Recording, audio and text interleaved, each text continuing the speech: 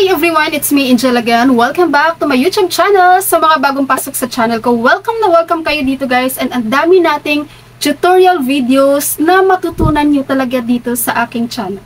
Kaya naman, huwag mong kalimutang i-click ang subscribe button.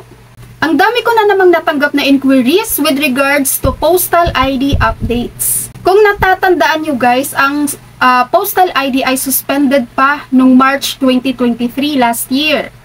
Sa kadahilanan na una, marami daw sila mga features na ilalagay dito. So, plan nila guys na i-upgrade ang postal ID.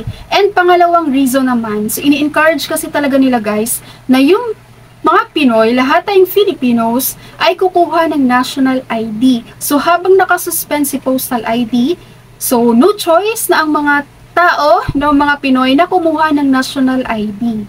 Kaso, pumuti na lang ata yung buhok ng iba dyan, hindi pa rin matatanggap ang kanilang national ID, no? So, yun lang talaga din ang problema dito sa Pilipinas. Pahirapan, kumbaga, kumuha ng valid ID. Anyway, so as of today, February 22, 2024, suspended pa rin po ang postal ID. Again, suspended pa rin po ang postal ID at ito ay suspended nationwide. So, wala pong pinipiling branch guys ha. Nationwide po ito, as in suspended lahat ang processing ng postal ID. Tandaan nyo ha, kaya wag maniwala sa mga nag-o-offer na makakuha daw ng postal ID. Fake ID po yan guys. Wag na kayo magsayang ng pera nyo para lang kumuha ng fake ID. At para malaman nyo din guys, on your own, kung suspended nga ba talaga si postal ID or resume, so check nyo po yan on your own. Kahit everyday nyo pang gawin yan guys, free po yan na check nyo sila kung suspended pa rin or resume nga si postal ID.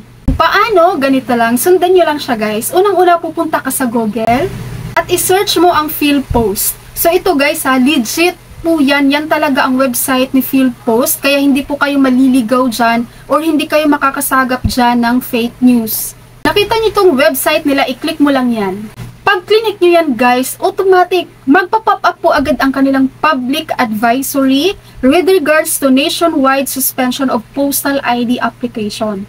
Okay? Very ngayon si postal ID guys, si post office, no? Kasi may mga natatanggap nga sila na mga fixers na gumagawa ng mga fake ID, nag-o-offer ng mga fake ID doon sa mga taong gustong-gusto na talagang makakuha ng postal ID.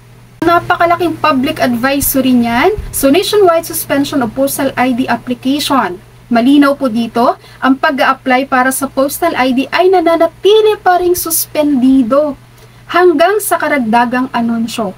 Mag-ingat sa mga peking postal ID na inaalok ng mga hindi otorisadong grupo o individual. Tinitiyak ng PhilPost ang pagpapabuti at pagsasaayos ng mga features ng postal ID. Lubos kaming humihingi ng paumanhin para sa abalang ito. So, they are suspended until further notice. Hanggat walang notice, si PhilPost guys, na-resume na sila, suspended pa rin po yan. Okay, so ngayon guys, kung walang nagpa-pop up sa inyo ng ganito, sa kanilang news and updates, and then i-click mo tong advisories. So, dito, lahat ng advisories sila nandito. So, scroll down mo lang. So, nandito ang nationwide suspension of postal ID application.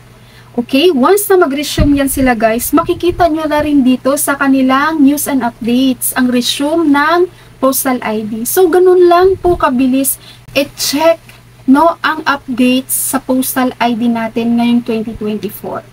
So again, reminder, wag po kayong kumuha sa mga fixers dahil yun po ay fake ID, so maaaring magka-problema pa kayo dyan sa legal. So ngayon guys, kung gustong-gusto nyo na talaga kumuha ng valid ID, mag-focus kayo dun sa national ID nyo, no? Nagbibigay si national ID ng printout guys, yung papel lang muna. So pwede yun sa online i-request mo and i-deliver po yun sa iyo, yung printout na yun. Okay? So, gagawa ko na separate video kung paano mag-request nun para magawa nyo rin. Kasi guys, kahit yung papel lang na yon galing mismo kay National ID, na kahit yung papel lang temporary na printout, accepted po yan dahil valid ID po yan. Kahit sa passport guys, sa DFA, ina-accept po yung papel ng National ID. Okay? So, another one, i-check nyo rin yung SSS nyo. UMID, no, just in case baka qualified na kayo for that. So I'll post the link ng video sa SSS UMID kung paano nyo i-check doon kung qualified na ba kayo for SSS UMID.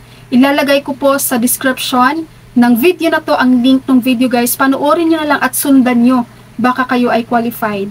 And another one, guys, sa mga gusto rin kumuha ng TIN ID, BIR TIN ID, so that is a valid government ID, no? So meron akong separate video, ilalagay ko rin po sa description itong video na to, guys, para sa mga with existing TIN na gusto lang kumuha ng digital TIN ID, and para naman doon sa mga without existing TIN, para makakuha rin kayo ng TIN at saka digital TIN ID, no?